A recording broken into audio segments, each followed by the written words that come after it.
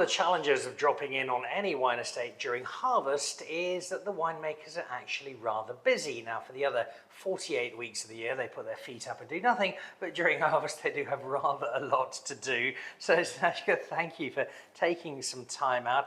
This is a time of year which is absolutely manic for you, but it's also immensely rewarding because this is the time where you really get to make your magic.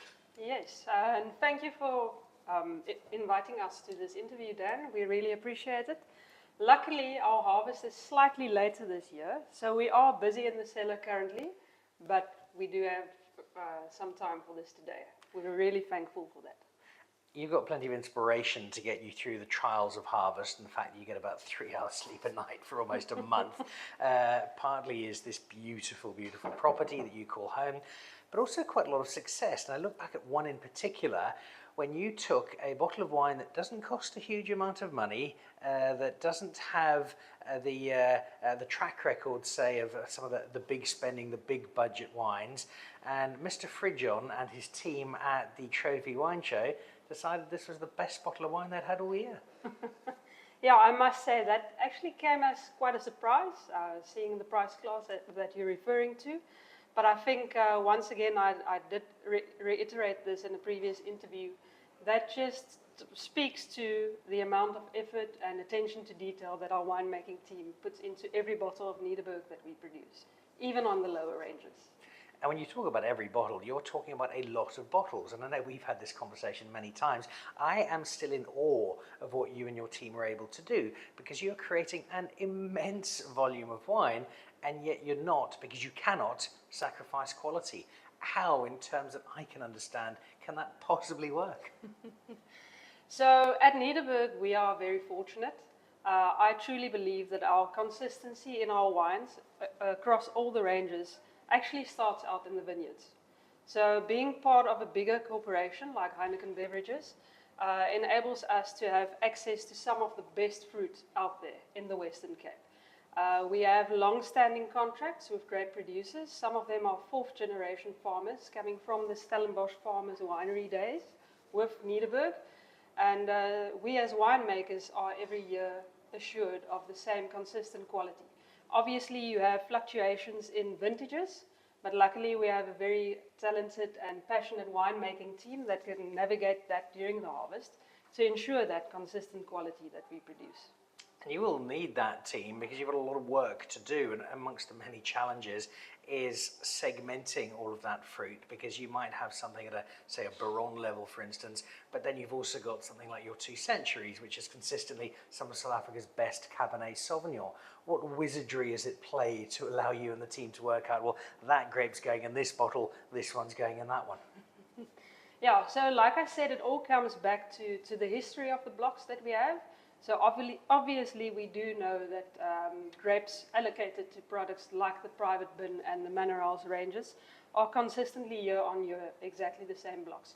Especially for the private bin, the only label that we have, the R163 cab, which is classified as wine of origin Pole, is one single vineyard block located in Pole each year for that specific range. In terms of the others, like you say, we do have grapes allocated to either Baron, Wine Masters, Manor House, but that also then comes down to managing it in the cellar, looking at the quality that comes in, and it's constantly throughout the year, not just during harvest, but after harvest, during maturation, and when we do the tastings for the blends, to make sure, and we are able to play around. I always say that we use the different grapes that we get from different areas as building blocks. So that's, apart from harvest being the most fun part of the year, the blending season is actually also the second most fun, right up there with harvest. Because that's where we as winemakers get an opportunity to taste the fruit of our labor of the past year, and then also to play around with these building blocks. And moving stuff either up or down or around to make sure that each label that we produce is that consistent quality that Nederburg is known for. I asked you to pick something. This is what you've picked, and I think it doesn't just showcase the terrific wine of Nederburg, as we'll find out in a moment, but it also tells a really important part of the story of Nederburg by celebrating one of the greats of the Nederburg history. Yes, you are 100% correct. So I chose the Motorcycle Marble 2021 vintage for us to taste today. And this wine is made to commemorate the great Mr. Günther Brüssel himself, the inventor of the Nederburg Baron, one of Nederburg's most famous wine brands. And it's such an honor to be a winemaker following in the legacy that he has created. And the winemaking team taking care of that enormous Baron blend every year. So the reason this wine is named the Motorcycle Marble is because Mr. Brüssel used to ride around on his motorcycle on Nederburg, checking in on everything and everyone, and he had quite exacting demands, which I've actually come to know over the past 2 years because he comes to visit the farm still today, at least once a year. And how old would he be now? I think he turned 90 last year, 92. Okay, so still younger than Ken Forrester and Michael Fridger. All right, I'm sure he'd be very proud of this tribute to him, so I am going to take the opportunity to pour us some breakfast. Good way to start the day. All right, so while I am sampling this, tell me what I'm drinking, why you feel this is such a great expression of Nederburg. I think this wine has a very special place in my heart. It is a Rhone-style blend consisting of Carignan, Shiraz, Mourvedre and Grenache. And why this is such a good showcase of Nederburg is the diversity of terroir that I was referring to earlier. The fact that we have access to vineyard blocks all over the Western Cape. So the Carignan for this wine comes from Paul, the Shiraz from Darling and Philadelphia, the Mourvedre from Philadelphia and the Grenache from Wellington. So quite a lot of different building blocks that we can use together. This is also a range that's not readily available in shops. So it's exclusively available through our Vinothek and then Norman Goodfellows. I had a slightly older vintage of this about 2-3 weeks ago. It was a delight, as is this. It's a great wine to choose. Very quickly, 2025 harvest. There is a skip in your step and a lightness to your eyes, which says you're having loads of fun. How are we looking for this year's harvest? No, we are quite excited. Like I said earlier, really excited for the team that is settled in. And the women of Nederburg is a force to be reckoned with. Looking at the vineyards and some of the feedback that Isabel has given, we are foreseeing some challenges. But because we are a close-knit team with years of experience and camaraderie that we've built up over the past couple of years, nothing we can't handle. So really looking forward to smashing all the challenges coming our way. I have no doubt you will. Super wine made by a super winemaker. Cheers, Zinaschke. Cheers. So there we go. The red wine of Nederburg. There is an extraordinary tradition, amazing history, and a pretty bright future as well. Not that long ago in South African wine, the head of white wine at a massive wine producer would have been an elderly gentleman who'd had many years of experience and had worked through to getting to that stage. This is not what we expect today, and at Nederburg it is a very welcome change because the head of white wine is instead Jamie. And Jamie, you've got a good relationship with Nederburg. You've been an assistant winemaker, but you're now the head of white wine. That's both a very cool role, but also probably just a little bit daunting. No, definitely, and it definitely came with a lot of challenges, Dan. Thank you for having me. Yeah, so when I started in 2018 at Nederburg, it was not all sunshine and roses. I had a few challenges. Luckily, I had an amazing mentor and an amazing team behind me to support me, so it just made my role in adjusting to such a big cellar so much more easier. And, definitely hard work plays a very important role, especially when you are working for a corporate company like this. And Nederburg is so special to me because whenever I was younger growing up, you would hear Nederburg and you would think, wow, what a historic brand, what a major legacy that this brand has. And to be part of that today is just amazing. You're also part of this formidable all-women team here at Nederburg and everything. I know your mum and your grandmother played such a big role in bringing you up. You're now a mum yourself. What does it mean to be part of an all-women team producing wine in South Africa today? I think, firstly, attention to detail is very important, and I think as a woman, we definitely have that attention to detail, that kind of edge. And so, with all the wines we make, it's from the very small volumes of 2,500 liters all the way to my big volumes. We still have that attention to detail and that consistency, and I think that plays definitely a very big role when I'm crafting my wines. And it just makes it also much easier because time management is also very important. Especially being a mom of two little boys, time management is everything. You have to plan your day to the T, basically. So it just makes it easier being a winemaker because everything is about planning when you're making wine too. And you're not making small amounts of wine. The numbers here are staggering. I look at that and I would be terrified if I was in your role, because it's not just the volumes, but there's quite a wide range. There are different brackets of those different wines. Just how much are you making, and how do you balance all of that? So I am responsible for the Cap Classiques, Nederburg Cap Classiques, the white wines, the rosés, as well as the dessert wine, our Noble Late Harvest. The award-winning Noble Late Harvest. And so it's definitely a big responsibility for me, but I think that as long as you have an amazing support structure and an amazing team behind you, anything is possible. I mean, I don't make wine by myself.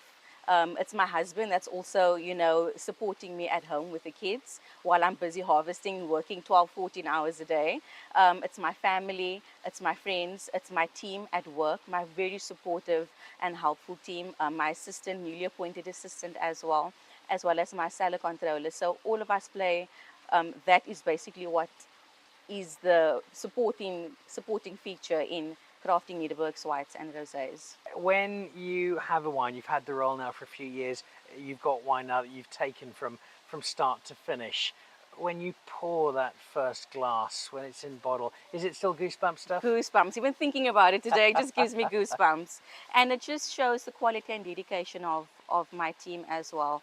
I think that I always get nervous when someone pours a bottle of a wine that I've crafted, because I always think to myself, oh, would they enjoy it? Is it a bit too much of this, too much acid, too much, always those kind of things playing around in my head. And at the end of the day, it's just for enjoyment. Wine is for enjoyment. Wine is to have fun. Obviously to a limit, of course, but it's all about enjoyment and about having fun. So yeah. The added pressure of being at somewhere like Nederburg is the Nederburg story is such a rich one, and it does come with a lot of expectation. But I know it's something at Nederburg you embrace collectively, and you do that with the wine that you've chosen. I gave you the choice of absolutely anything. I'm very happy to say you bought one of my favourites. Before we try the wine, for people who don't know, who is the Anchorman and why is he so important to Nederburg? So the Anchorman is named after Philippus Wolfhard, and Philippus Wolfhard was the founder of Nederburg. And back in 1791, when he purchased the farm from a Dutch commissioner, the Dutch commissioner's surname was actually Nederburg. And he had an H at the end of his name, so we just dropped the H and it became Nederburg. And so that's the story of Philippus Wolfhard. Since then, we've been crafting, exceptional wines, innovative, constantly, kind of breaking the mold in terms of winemaking techniques. And so to have this kind of wine and the legacy behind it, behind Philippus Wolfhard, is just absolutely amazing. Now, this is in slight contrast to a lot of the wine you make here in that it's not in large volumes. Yes. How much do you make? Where does it come from? And why is this a wine that is going to have my socks removed at high speed? So each vintage is different. So for the 2023 vintage, we produce about 12,000 liters. This year we only did about, 2024, we only did about 4,900 liters. So it's definitely about quality, craftsmanship. Dan, I always tell, when I do a tasting for this wine, I always tell people, I have two kids at home, 2 boys. This is the daughter that I've never had. This is the daughter I never had. This wine is very close to my heart. And it's just always, it's exciting for me whenever when the grapes come in and I can get to play around with it. It's always exciting because every year is different. And these are Swartland grapes? These are Swartland grapes, yeah. Home of great Shannon. All right, can I meet your daughter then? So this is our 2023, the Anchorman Chenin Blanc. It is an old wine Chenin Blanc. So these grapes were planted in 1983. Oh,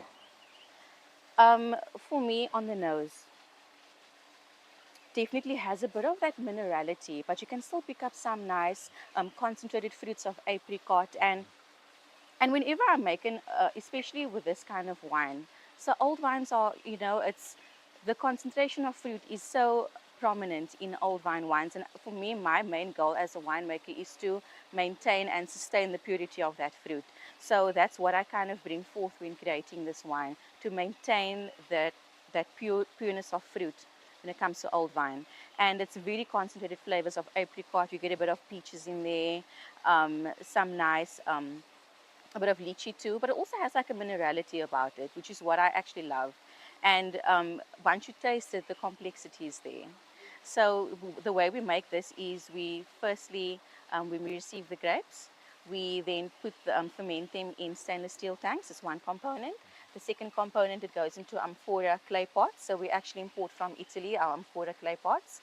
And the last component is in French oak barrels. So I do a combination of first, second, and third fill. Not too much first fill, because I still want to, like I said, maintain the pureness of that fruit.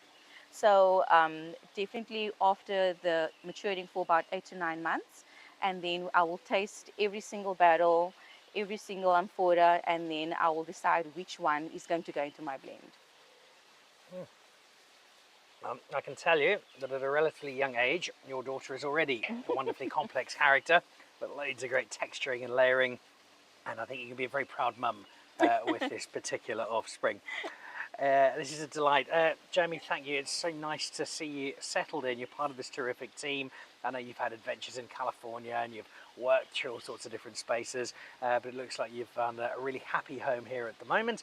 And I think Nederburg is as happy to have you as you are to be here. Thank you so much, Dan. To many more great vintages. Cheers. So there we go. Head of the white wine team and taking this remarkable Nederburg legacy into very exciting new territory. The last time I was here at Nederburg was the end of harvest. This is pretty much the beginning of harvest, which means if you're a farmer like Isabel, it's a rather manic time of the year. For somebody who sleeps about 11 minutes a day at the moment, you're looking pretty good. Tell me about this particular time of the year. No, first of all, welcome to Nederburg. Thank you. It's a very exciting time of the year for us. We're busy with 2025 harvest, and hopefully you are as excited as we are about harvest. Yes, so it's quite a hectic time for us. As you said, 11 minutes of sleep per day. But yes, it's going great. The weather is looking great. Yes, we're all good. The build up to this is a slow one. You watch the veraison, you watch the development, you get a sense of what is to come. Do you still get taken by surprise by the harvest? How far in advance do you kind of know what you can expect? Yeah, so we had a very nice budding and even flowering, so that was pretty good. And we had a cool December and cold nights, so that contributes to a very slow ripening process. So that's what we see currently in the vineyards is very good quality, what we can expect in the cellar. Now what we get out of the cellar is what we drink very happily, but that wine can only be made from what you give them. So really all of the wine is entirely down to you, Isabel. Yes, definitely. So basically my role is I go out all over the Western Cape. I go and source from the best blocks in the Western Cape what we need in the cellar. So yes, so my work is a dream. I work with all the producers. We work with about 50 producers on the ground. Yeah, so all the way to Darling and back to Elgin, yeah, and see spectacular vineyards. Tell me about the relationship with the winemakers. Is it you tell them what to do? Do they tell you what to do? Or is there some sort of truce somewhere in the middle? Cut. No, I'm just joking. No, yeah, at Nederburg we are a very close team. We work well together. With Zinaschke, the red winemaker, and Jamie, the white winemaker, we have a very good relationship. And yeah, I think communication is key, but also you have to think on your feet. And what I love most about this job is, or my role, is the challenges. And if you're a team and very close, you can overcome all the challenges or challenges. How much time will the winemaking team spend with you in the vineyards getting a sense of what is to come? Oh, maybe 3 times a week, especially for now we are busy harvesting MCC. So that would be the MCC winemaker, then we're moving on to white wine and then to the red. So 3 times a week I will take them to the vineyards. All right, we are in a specific vineyard. It's looking lovely. It hasn't quite been harvested yet. Yes. What are we surrounded by and what's making these grapes so special? So we are currently in a block. The cultivar is called Grenache Noir. So it's a cultivar that is very nice. So we mainly use it in the Wine Masters Rosé blend. So it's a 50-50 blend of Grenache Noir and the other 50% is Carignan. So this would normally give you, we had now a taste, normally your strawberry flavors and a little bit of light cherry flavors as well on the nose. So if I were to eat one of these grapes now, first of all, could I? And if so, would I get a sense from that of what I'm going to find in the bottle? Definitely, definitely. So this block is about 2 weeks away from harvest. So we usually harvest it around 21 bulling. That also gives you a very nice higher acidity than your other reds that's been harvested at a later bulling. Right, so if I try one of these, it's not going to ruin your projected harvest and you're going to be Definitely 7 bottles short. Please do. They do look lovely. And this is a grape. I'm seeing more and more Grenache in South Africa. It seems to be something of a flavour of the month at the moment. It's getting quite popular. I think the cultivar I would usually call a pizza wine. It's light, it's everyday drinking wine. As I can say, 4 in the cupboard, 4 in the fridge. Yes, so it's very nice. These are lovely. They're very small. Skin's not too thick. There's a nice juiciness to them. Sometimes with grapes I've had from certain varietals, you do get that bit of tartness, but these are not at all. No, it's very soft. Yes, it's just very nice to work with as well in the vineyards as well. And the berries are a little bit smaller, so the intensity of flavour is a bit more, what do you call it, expressive. They are lovely, and they're your babies, I suppose. I mean, this is your office, and I know it's a manic time. I know harvest is a tough one for everybody across the whole place, but when you look around, when you see that this is what you call your workplace day to day, it's a pretty cool space to be in. No, I definitely agree with you. I wouldn't change it for the world. Even for Johannesburg, Definitely with not. its charm and tranquility and gentle pace of life. No, I think if grapes can grow there, I would definitely go there. But no, this is my happy place, and I enjoy it every day. Early morning, before 5 in the vineyards, it's quite a treat. To taste all the flavors and just embrace nature.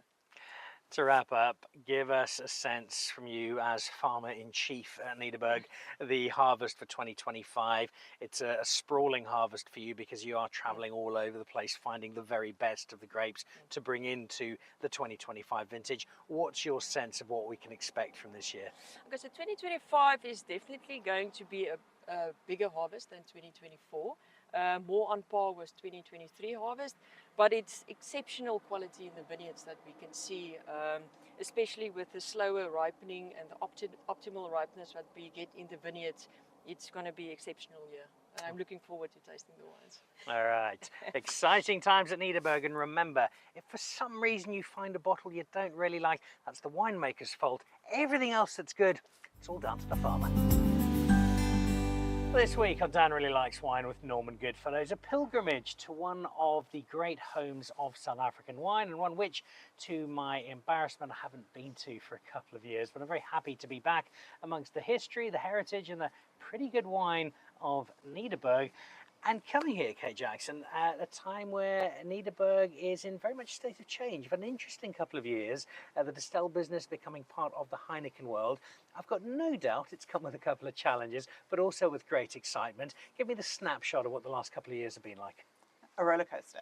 No, I mean, bringing together 2 organizations of the size and complexity of Heineken and Distell was always going to come with a challenge or 2, integrating processes, systems, and then just 2 quite different cultures has really been at times a bit of a rocky road, but I think we've weathered the storm, and we really are excited about the future and the possibilities that being part of this Heineken sort of global network offers a wine brand like Nederburg. I think for many wine people in South Africa, the worry was, well, here's this huge big beer company that's coming in from its headquarters in the Netherlands, and you're taking our prize wine assets. You're looking after Nederburg, you're looking after Durbanville Hills, you're looking after all these great South African wine brands. What has the approach been in terms of taking these really, really key South African brands and ensuring that these stories continue? I think from the very outset, there's been a humility from the Heineken team. They came in and they said, you know what, we know absolutely nothing about wine, teach us, which was a really great approach to have. And they've been very open, interested at seeing where the similarities are between the beer world. And then also, where are the extra complexities? I mean, we acknowledge wine's a complex beverage and it's a complex process, and the industry itself is quite complex. And also, the integration happened at a time where wine probably is under a little bit of pressure. So for us, it was a concern. I think if anyone in the industry had sleepless nights, so I can tell you those of us on the wine side, we really were kind of sweating a little bit. But we're super positive for the future. I think we've had a lot of learnings out of the last 2 years in terms of what can we take from the knowledge, expertise, and this big network and make work on the wine side. And that's been really great. Small things is just how much closer to the consumers the beer guys are than what we in wine tend to be. As a result of that, we've made the decision during the last quarter of last year to actually move our brand teams and our trade marketing teams up to Gauteng, so that we're just closer to those customers, that consumers. We're closer to the action in terms of the trends, and a bit more responsive, which I think is a really positive move for us. We've got access to the most amazing consumer insights, which we didn't have previously, through the Heineken team and the amount of research that we can now tap into. And I think one of the key things that we've learned is the need to focus. I think a couple of times we've had beautiful dinners here at Nederburg with some of our global counterparts, and they actually can't comprehend the number of products and wines and different labels and packaging, and you know how much complexity there is in our wine world, whereas beer is quite straightforward, and you know you've got a couple of products and they show up the same way in each market, and obviously there's pros and cons. We don't want to lose the mystique of wine, but we do need to focus, and we do need to make sure our products are fit for purpose and are really tapping into the needs of those consumers that we're going after.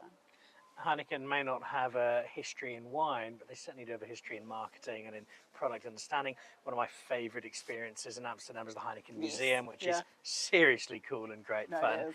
And there's so much great Heineken adverts, great excitement. And if we look at an area where I feel we maybe haven't always quite got it right in South African wine is telling our wine stories and being able to get those out. Is that a key area where you can draw from Heineken and bring that into wine and help not just Nederburg, but I think help the whole industry? Absolutely. I think for South Africa and the South African wine industry to grow, we, as much as, again, we're always going to need the small, interesting niche producers, we do need a couple of really big brands to get us on that sort of global stage. Nederburg has got that global footprint, so we are in a good position, and we've maybe taken our foot off the pedal over the last 10 years, and I think now's the time to really start focusing. I think the other challenge to your storytelling is we need to decide which stories we want to tell, because consumers' attention span is so small. So you know, let's focus again. Let's really tap into what the needs are, what's relevant to the consumers, whether they in Zambia or Zurich or Tembisa.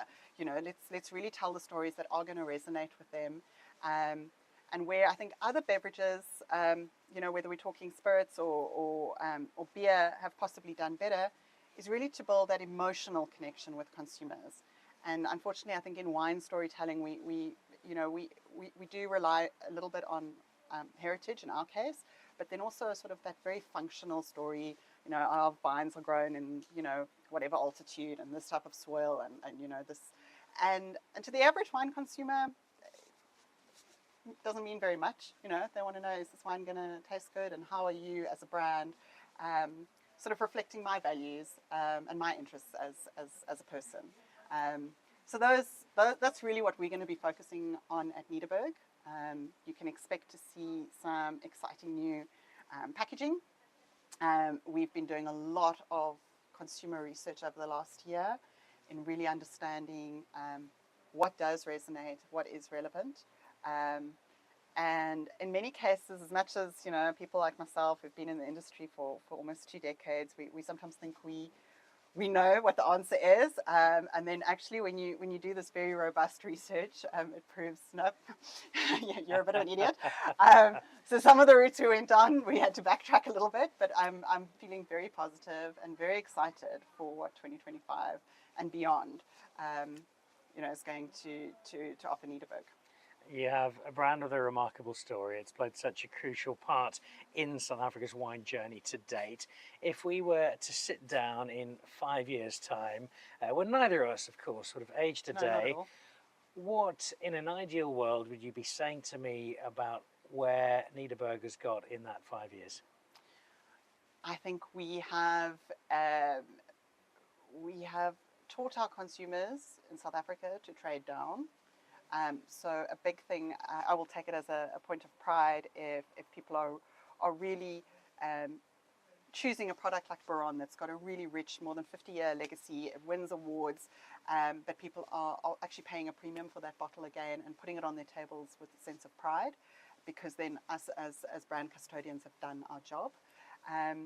And also, if we've introduced this new and emerging wine consumer into wine, I think Nederburg's one of our advantages.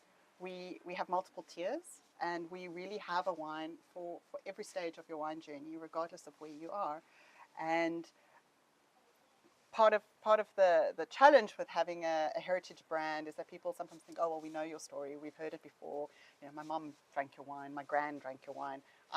It's not cool anymore. And if we can get Nederburg cool again, then I think we've done our job. And move on to other things. Well, you've got a pretty cool team, so that's a good step in the right direction. And we'll be chatting to some of them shortly. Thank you. It's a really, really exciting time for you. I think it's a really exciting time for South Africa looking at this Nederburg story. Good luck with it. Thank you. And in 5 years' time, I look to be sitting in Amsterdam, where the Heineken team are looking up to Nederburg as the bigger global brand and hoping to emulate it. From your lips. Thanks, Dad. So we've got incredible history, a really exciting future. People like Kate have got a big role to play, but so too do some of the best winemakers in South Africa.